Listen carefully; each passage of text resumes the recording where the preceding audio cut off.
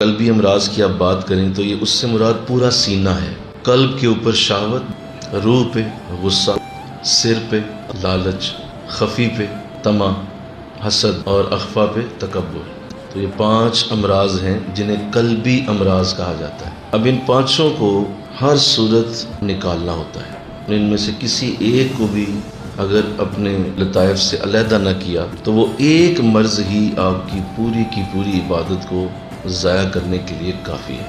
مثلا اگر قلب کی شہوت دور نہیں ہو رہی، شہوت اکیلی کافی ہے آپ کو برباد کرنے کے لیے۔ اب سمجھ لیں کہ یہ 5 کینسر ہیں، کسی ایک کا بھی وجود بہت بڑا ہے، اور کسی کو 2 لگے ہوں تو اور زیادہ مریض کام خراب ہو گئے۔ تو قلبی امراض کا دور ہونا اس لیے ضروری ہے کہ ان میں سے کوئی ایک بھی ہوگا تو وہ آپ کی عبادت کی اس لذت کو آپ سے ہمیشہ کے لیے دور کرے گا۔ کسی صورت بھی اس سے یہ کہنا کہ نہیں میں نیکی نماز روزے کے ساتھ چل رہا ہوں تو میں شاید ٹھیک ہو گیا ہوں، آپ نے اس کو ہمیشہ مانیٹر کرتے رہنا ہوتا ہے۔ یہ بیماریاں دوبارہ حملہ کرتی ہیں، پھر حملہ کرتی ہیں، پھر حملہ کرتی ہیں، اللہ کہ انسان نفس مطمئنہ میں پہنچ جائے۔ نفس مطمئنہ تک جاتے جاتے اس نے کسی حال میں بھی سالک کو نہیں چھوڑا۔ اب سنیے امراض کو ٹھیک کرنے کا اصل راستہ کیا ہے۔ اس کے لیے وہ طبیب ڈھونڈنا ہوگا جو اس جگہ پہ وار کرے جہاں مرض ہے،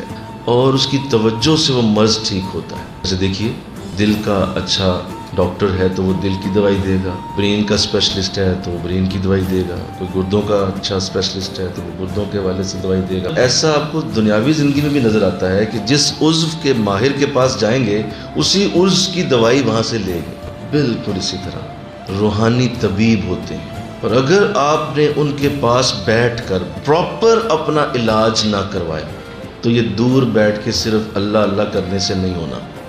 یہ اسپیسیفک چیزیں ہوتی ہیں، اسپیسیفک ان کی ڈائریکشن ہوتی ہے، اسپیسیفک وقت ہوتا ہے، خاص انداز میں ضرب لگانا ضروری ہوتی ہے، اسپیسیفک انداز کے اندر وہاں بیٹھنا ضروری ہوتا ہے۔ یہ سارا کچھ جیسے آپ جسمانی بیماریوں کے لیے کرتے ہیں، ابھی سارا کچھ ایک پراپر ایک پروسیجر سے چلتا ہے۔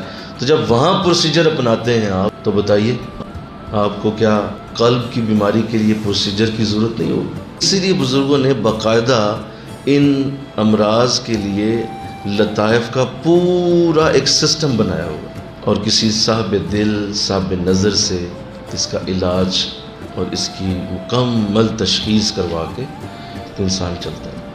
کیسی ویسے عجیب بات ہے، آپ مسکرا رہے ہوں گے اندر ہی اندر کہ صاحب یہ کس دور کی باتیں کر رہے ہیں، یہاں کون کرتا ہے ایسے؟